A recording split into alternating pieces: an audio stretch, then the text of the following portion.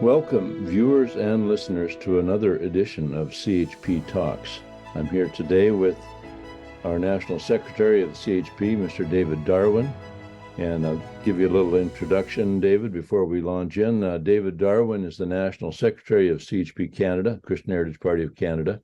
He serves on our national board and is chair of CHP's Economics and Finance Department, and the interim chair of the National Defense and Sovereignty Department.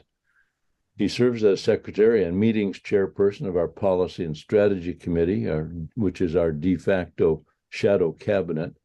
He also serves as CEO of an EDA within the Ottawa area. David became a life member of the CHP in 2013 and was elected National Secretary in 2021. David holds a Bachelor of Commerce honors degree majoring in economics. His 34-year career in the federal public service covered financial management, executive support, strategic analysis, and managing. He was a school board trustee for one term, which included serving as chair of the management and strategic planning committees. He served on numerous church, school, community, and pro-life boards and councils. He's participated in politics at school board, municipal, provincial, or federal level for most of his adult life. His other varied interests include gardening, photography, canoeing, sailing, and writing. David and Linda's family includes 3 children and 2 grandsons. So, David Darwin, welcome to CHP Talks. It's great to have you today. Thanks very much, Rod.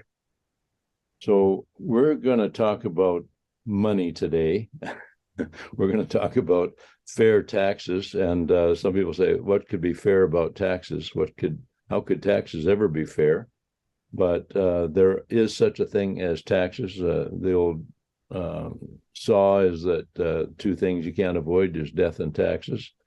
And governments do have a legitimate purpose in collecting taxes. Actually, some people may not realize this, that governments actually have no money of their own.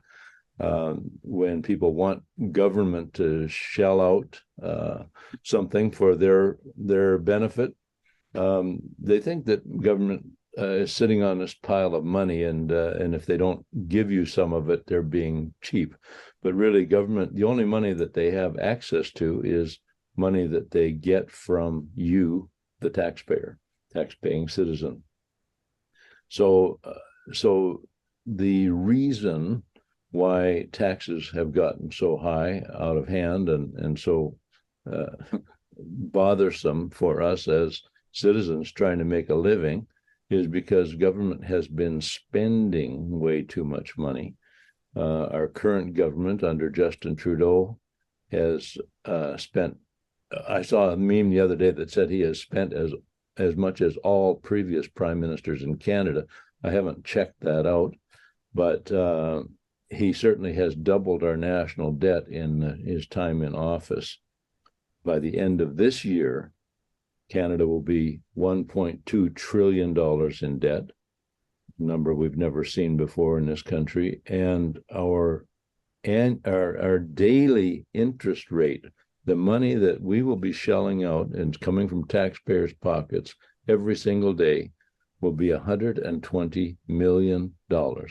That's money that's gone to the international bankers and whatever, money we can't use for healthcare, highways, or any of the other things that we want government to spend money on.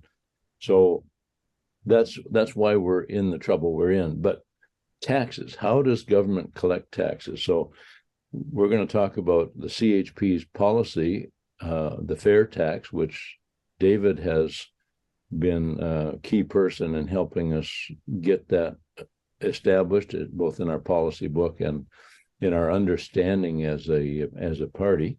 So, David, what is a fair tax? Well, a fair tax, or national sales tax, as it's also known, it's basically shifting taxation from being income-based to being consumption-based. So the idea is instead of looking at how much a business makes in terms of sales, or how much an individual may earn as income, we shift it to the expenditure side. So we look at when you buy a new good or a service, that's where the tax is incurred. The beauty of that is, of course, it's much more within your own control, in that if you don't buy a new good, then you don't pay the tax, and it doesn't happen. And it's also, I think, good in the fact that it's much more visible to individuals, because right at the bottom of the receipt is your national sales tax, same as you have a provincial sales tax, is right there on the receipt.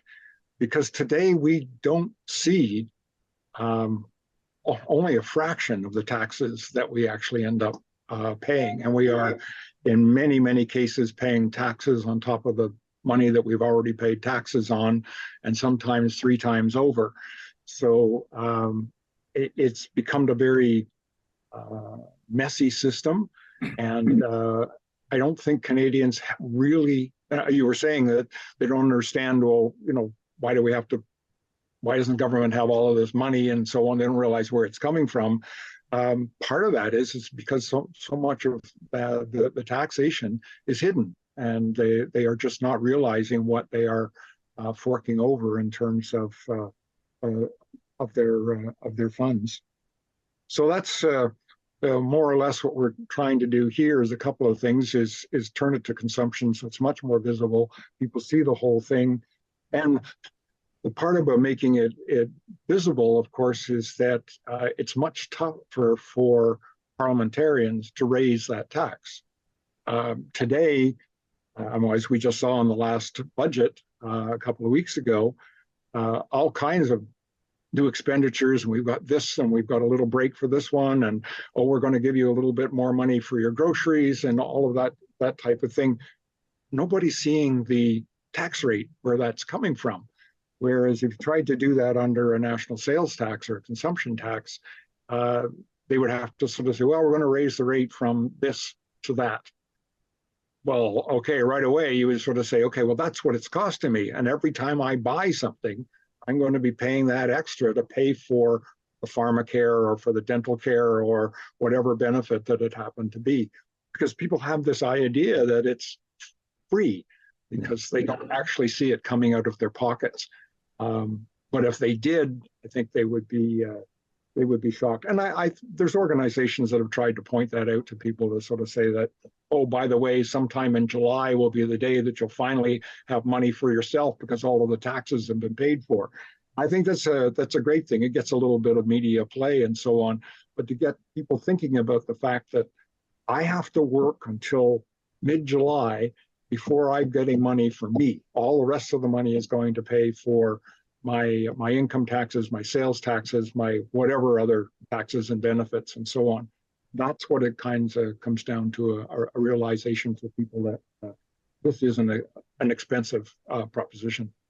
Well, we have complained loudly and often and continuously about the carbon tax, which is an additional cost for every person who uses heating oil or fuel for their vehicle.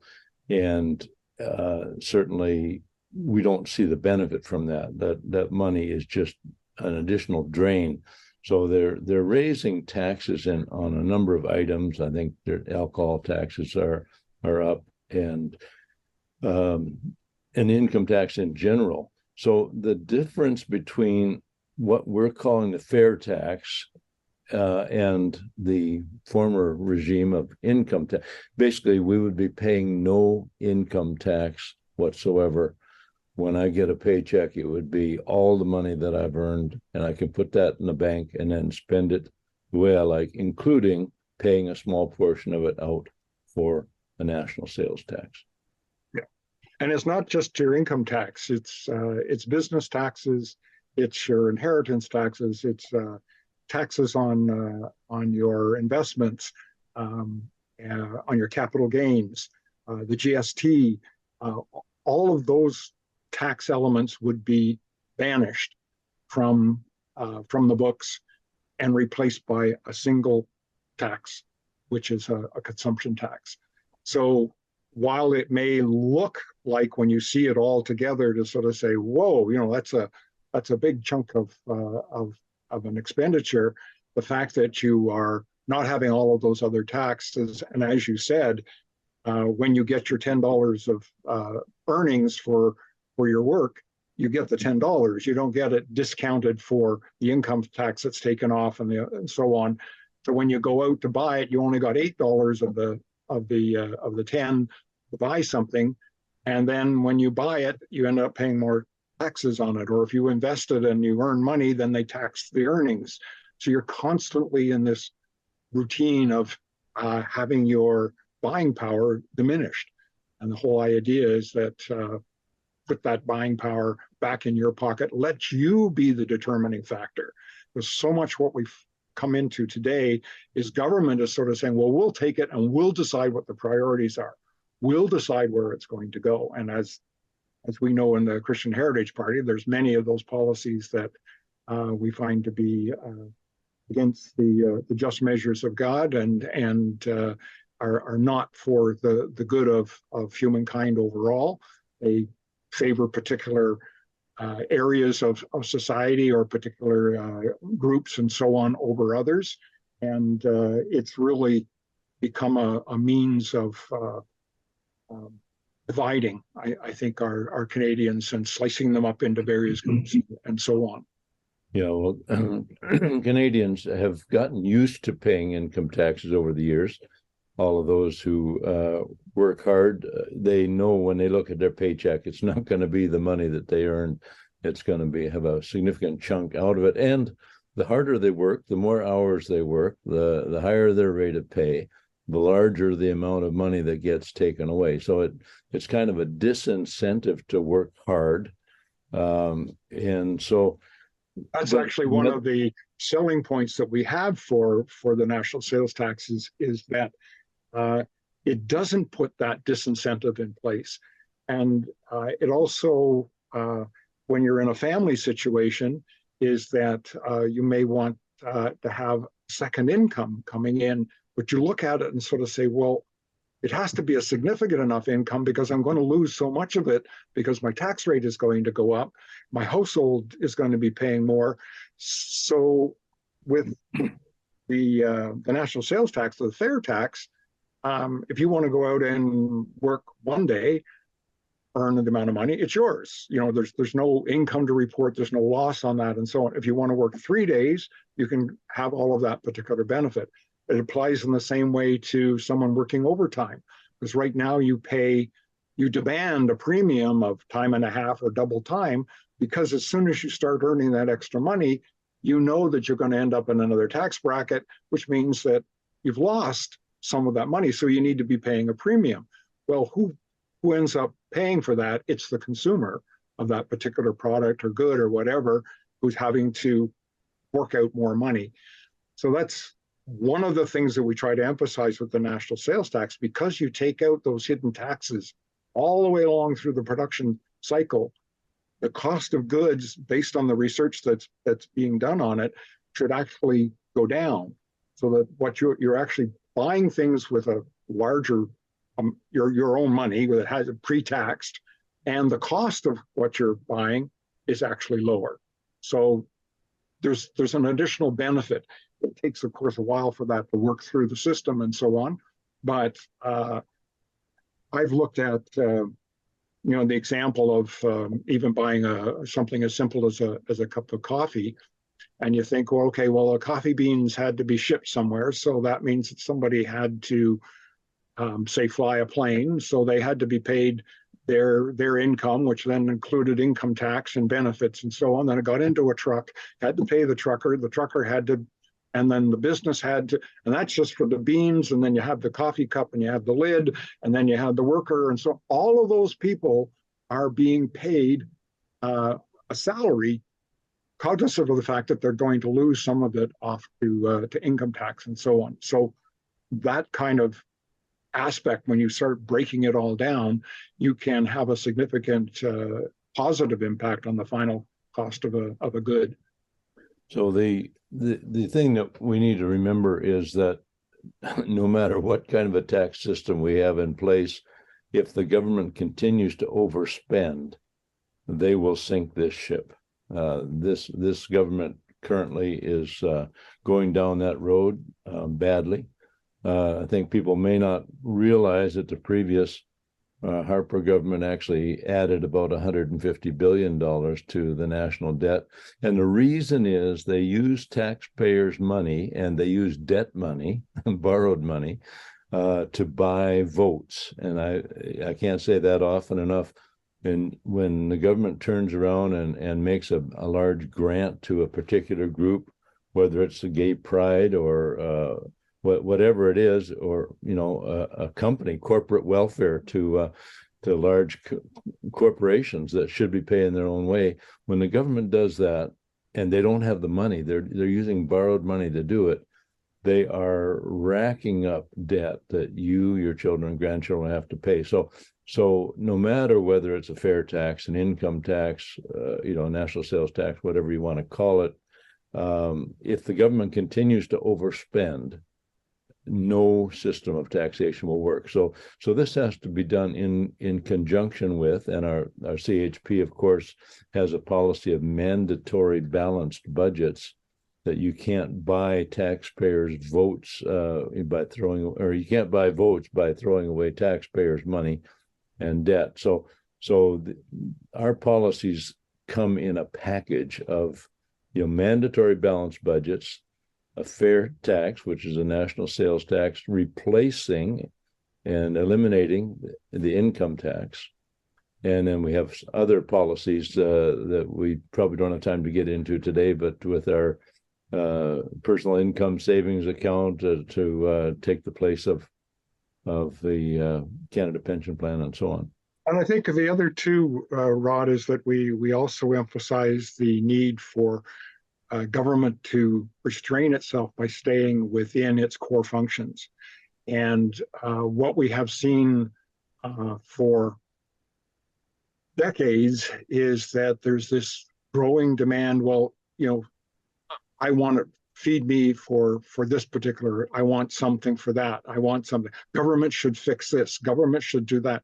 So in part, we have the fault of Canadians and broader societies in other countries and so on, this nature of sort of saying, well, if there's a problem, government should fix it.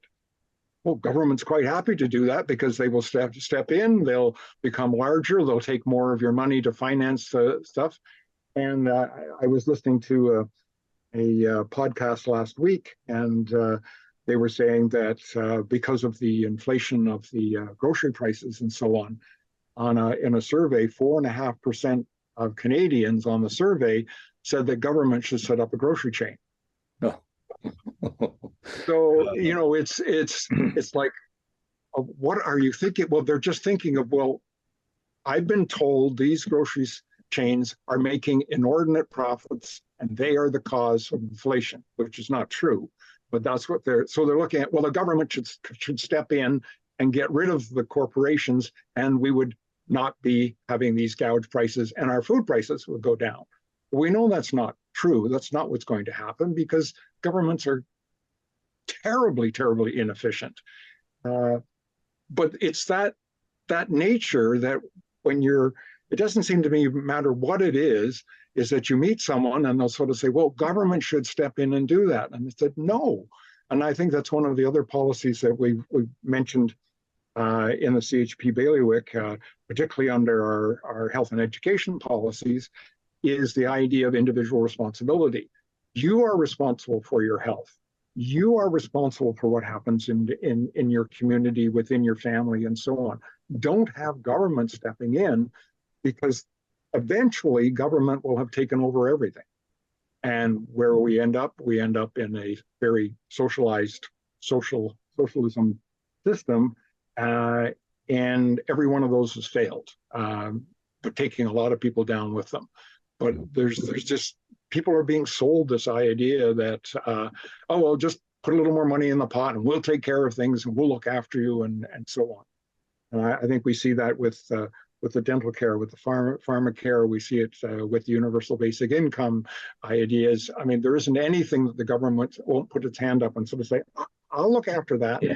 We just need to hire a few thousand more people, and they'll all be working for the government and not for anything else. So, as they say, a government that's big enough to give you everything you want is big enough to take away everything you have. So exactly, that's exactly, and I mean, that's one of the things that we're trying to do by advocating for this national sales tax, is to make it evident what it is that you're actually paying and where the cost is, and to make there's a price to be paid by sort of saying, okay, we'll do that, but we need to put the tax rate up. And people will sort of start making a link, which just isn't there today. There's just not enough of a link in people's mind in terms of what the service is that they're looking for and the cost of that particular service. It coming from this, as you said at the beginning, this idea that, well, government has this huge pile of money and so on, and it doesn't. It's our money, and it comes out of, as we will well know at the end of April, when people start paying their taxes and filing their income tax, they'll start to see how much it actually is. So I think one of the factors that makes this difficult to convey, I mean, the idea of getting rid of the income tax, that should be a no-brainer for every working Canadian. However, I think there is the fear that government will, will add back an income tax or something like that. Like this policy is a great policy if the government stays within its bailiwick, as you say, if it controls its spending, begins to pay down the national debt, et cetera, et cetera. But if the government said, oh, here's a new source of income, and it's actually not new. We have the GST right now, GST or HST, that we're already paying a sales tax. It's a smaller amount. It's not sufficient to cover even the legitimate needs of government, and certainly not to cover the illegitimate uses of our tax money. But so some years ago, I talked to Troy Lanigan, who was with the Canadian taxpayers at the time, and I asked him what he thought of the fair tax, the sales tax. He said, as probably the best tax system there is, it may be the hardest one to sell to the public because of this distrust of government motives. And, people are just used to being dinged at every turn, and they just think, oh, this could be just another one of those things. It requires two things. It requires the elimination of the income tax, and it requires government restraint in spending. And that's the only way this could work. Are there any jurisdictions around the world where the fair tax has already been implemented, and is it working? At the time that we did this study within our department, which was several years ago, we had the two biggest jurisdictions were Texas and Florida. But in the fall, the Canadian Taxpayer Federation published an article, and it says there are now 8 states in the United States with zero personal income tax. And there are 9 states that have a single flat tax rate. That was one of the other things that my department looked at. Was we looked at a flat tax, a head tax, various other taxation methodologies. But when we came across the nationals, which I had never heard of when I started working on this, when actually you asked the department to look into this, I said, okay, fine. And the more I looked into it, I said, hey, this is really good. This has all of those really, really great elements. So this article says that in about 15 years, they estimate that 20 of the United States governments will have no income tax. So there's a very large concentrated movement in the United States to have the governments move in that particular direction, and for a lot of reasons. But one of the things that's very, very attractive is if we look at what's happened in the last 20 years, where corporations are looking for low tax countries. So 15 years ago, it was Ireland, and a lot of companies moved to Ireland, particularly technology companies and so on, because their tax rate was so low. Well, you can imagine if we just eliminated business taxes, period. Well, businesses are going to look and sort of say, hey, let's go to Canada because we don't have to pay any tax. So they bring their corporations here, they bring their employment here, and they bring their productions and so on. So Canada benefits overall, which then increases the size of the economy, the gross domestic product, which helps to keep the tax rate down. So one of the things of people, some of our NDP listeners might be saying, oh yeah, you're going to let the corporations get away with murder here, not paying taxes, but they actually would be paying taxes on the raw materials that they use in their manufacturing facility. Is that correct? Or their inputs, they'd be paying the tax? Well, no, the way that the tax is only applied at the final point of sale.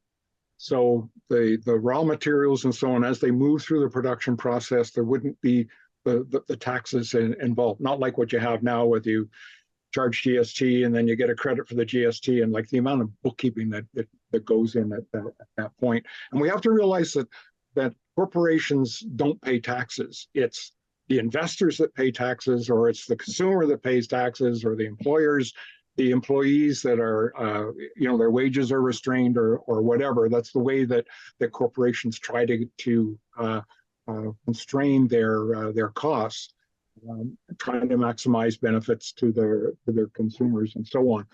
But the benefit in that is that, of course, the product that comes out at the other end is less costly.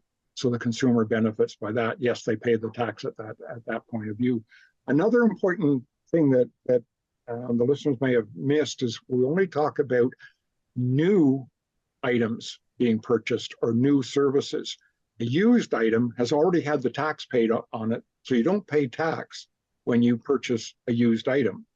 So that actually has a positive environmental impact, because if you're like me and you walk around on garbage day and you see the amount of stuff that's tossed out that could be of use, but people just toss it out because they just don't want to be bothered dealing with it. Well, you would create a market for these used goods, which would also encourage manufacturers to build better quality goods, because they would have a longer lifetime and would be able to wend their way through the process.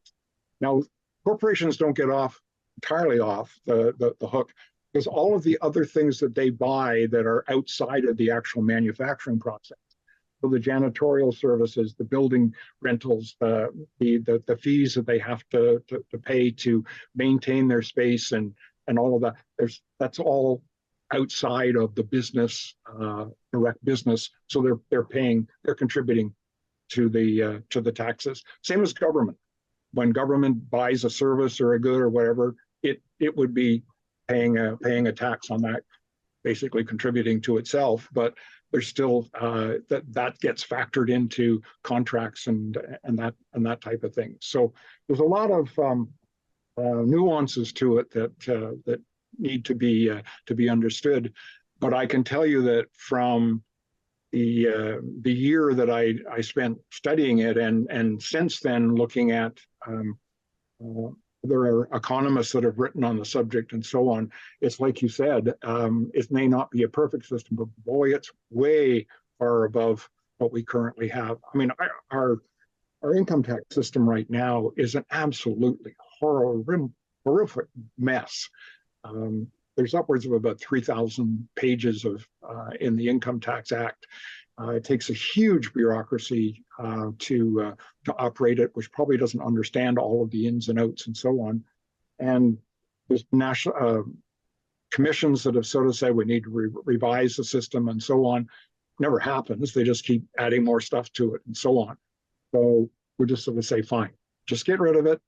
The whole bureaucracy that goes with it and so on.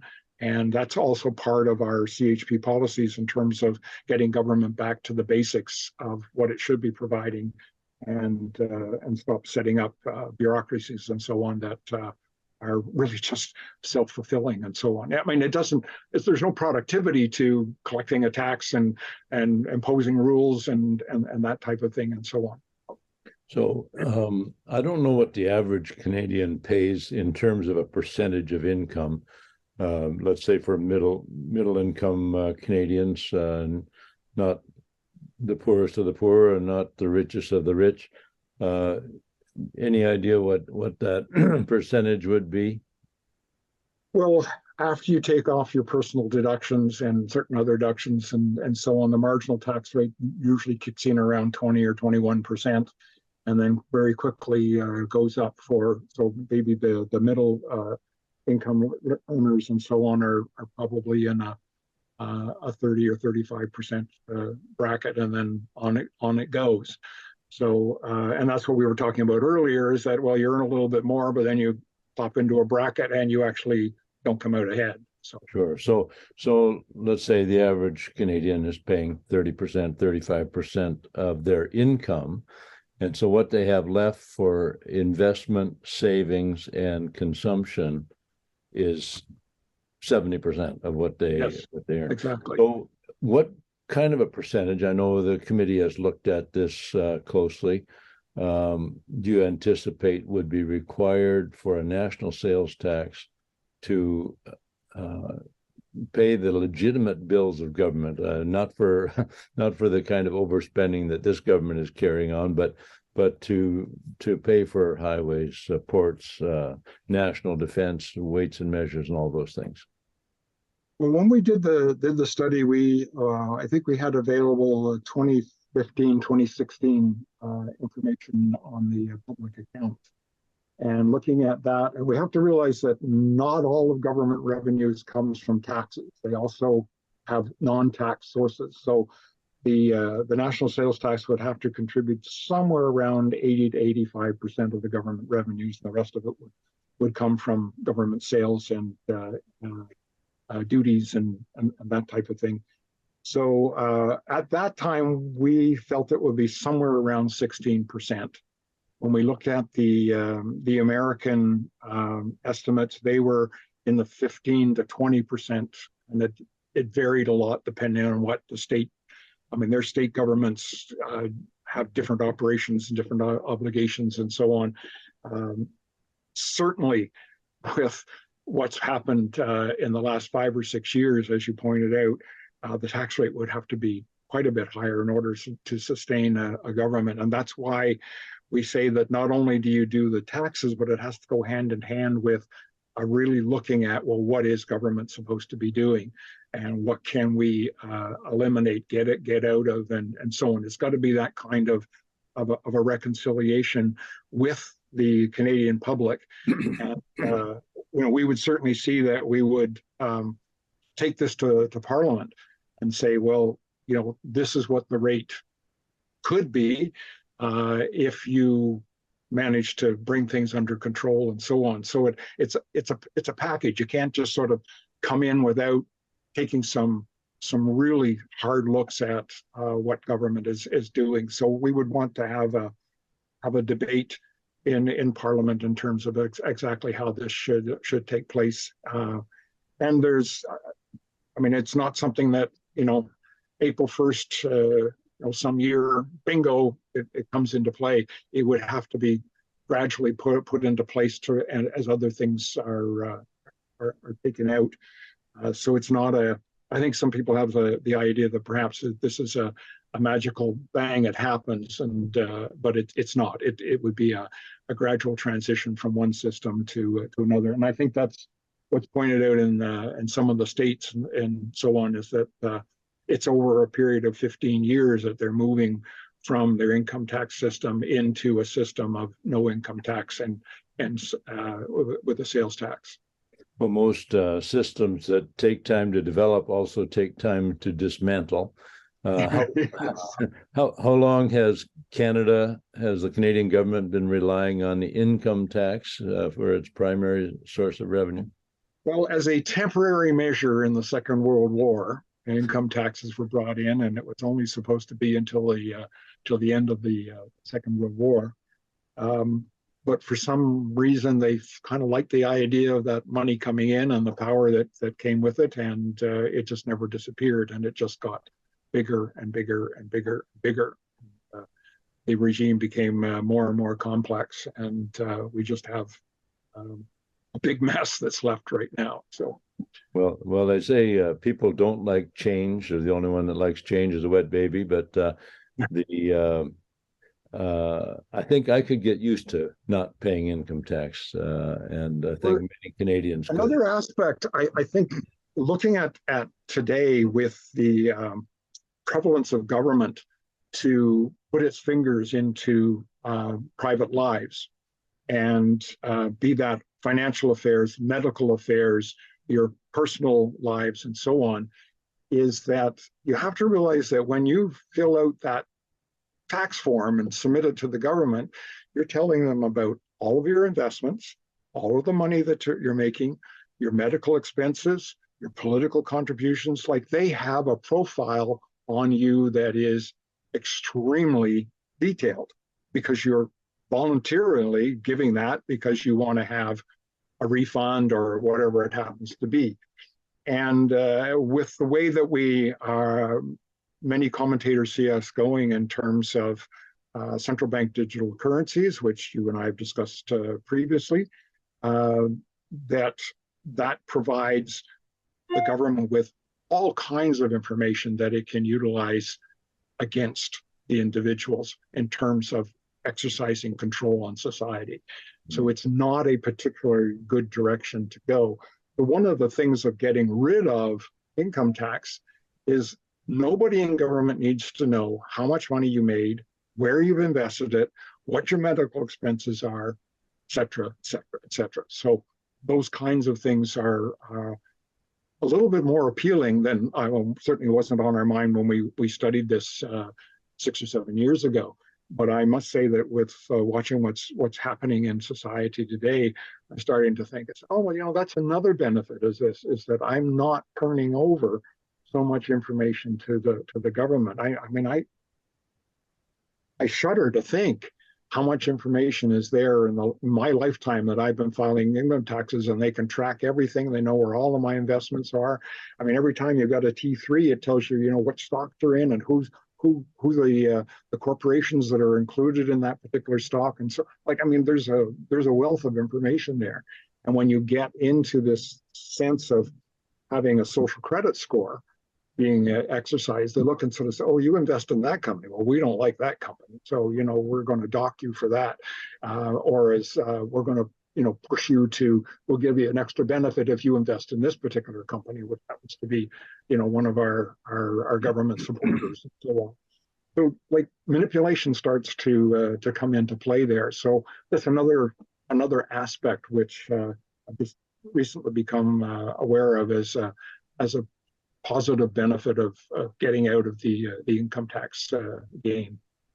Yeah, well, the government could get out of the business of performing sex change operations on small children, on killing babies in the womb, and sending the prime minister over to sleep in a hotel for $6,000 a night, things like that, at a useless climate conference that it offers no solutions, but lots of ways to fly corporate jets, around the planet to attend and to enjoy a high level of living. Anyway, lots of the ways that the government is wasting our tax dollars. So again, we think this is a great plan, the fair tax. It can be fair. It will be fair if we're allowed to implement it, and it would also work hand in glove with a reduction in government spending that would be so easy to do if you had people with the right will in government to make those decisions. So, yes. David Darwin, head of the CHP Canada's Economics and Finance Department, National Secretary, thank you for joining us today. We really appreciate your work behind the scenes, and thank you for sharing it today with our viewers and listeners. I think it'll be very interesting to those who have not heard of it before, And for those of us who have thought about it off and on, it's a good reminder that we have better solutions for some of these terrible things going on in our country, economically and morally. And so thank you again for your work. Oh, my pleasure. My pleasure. Yeah, thanks. We'll see, for our viewers and listeners, we'll see you again next week for another edition of CHP Talks.